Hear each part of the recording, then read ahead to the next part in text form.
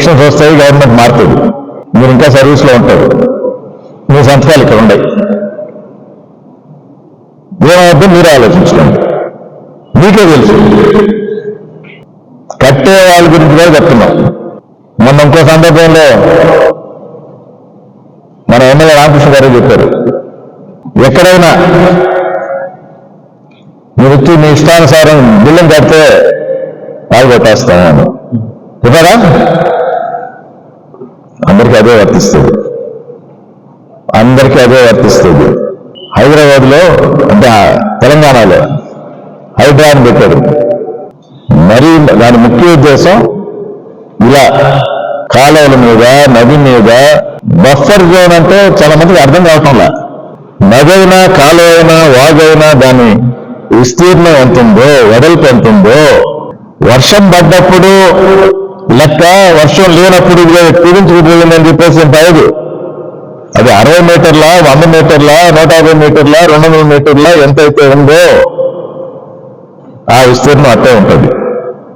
ఆ విస్తీర్ణానికి హెచ్చుగా అదనంగా అక్కడి నుంచి దాన్ని బఫర్ జోన్ అంటారు.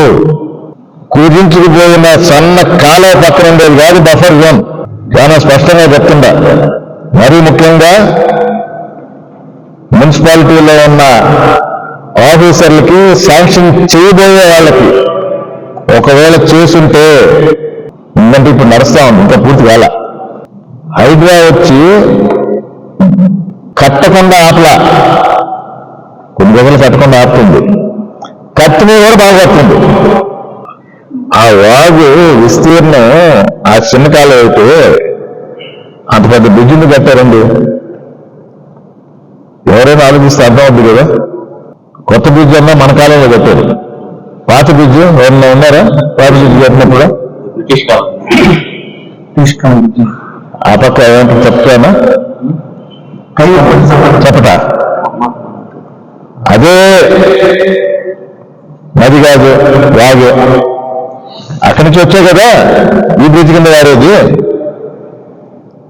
ఎంత విస్తీర్ణం, ఇక్కడంతా విస్తీర్ణం. ఆ వాగు విస్తీర్ణం ఎంత? ఆ వాగు విస్తీర్ణం దాటిన తర్వాత బఫర్ జోన్ అనేది వస్తుంది. బఫర్ జోన్ 9 మీటర్లు, ఎక్కడి నుంచి 9 మీటర్లు, ఏ పాయింట్ నుంచి 9 మీటర్లు? మున్సిపాలిటీ వాళ్ళే మా మాస్టర్ ప్లాన్లో కైవల్య మధ్య అని అంటారు, మా మాస్టర్ ప్రకారం దీన్ని 15 మీటర్స్ బఫర్ జోన్ అంటారు. అది కూడా ఇచ్చినారు. కౌన్సిలర్ రాదమ్మా ఆర్టీఓ ద్వారా అడిగితే ఈ మున్సిపాలిటీ ఇచ్చింది. అడగచ్చు ప్రజలు, మీ పార్టీ వాళ్ళే కదా కౌన్సిలర్స్ గా ఉండారు, మీరు రేజ్ చేయొచ్చు కదా అని.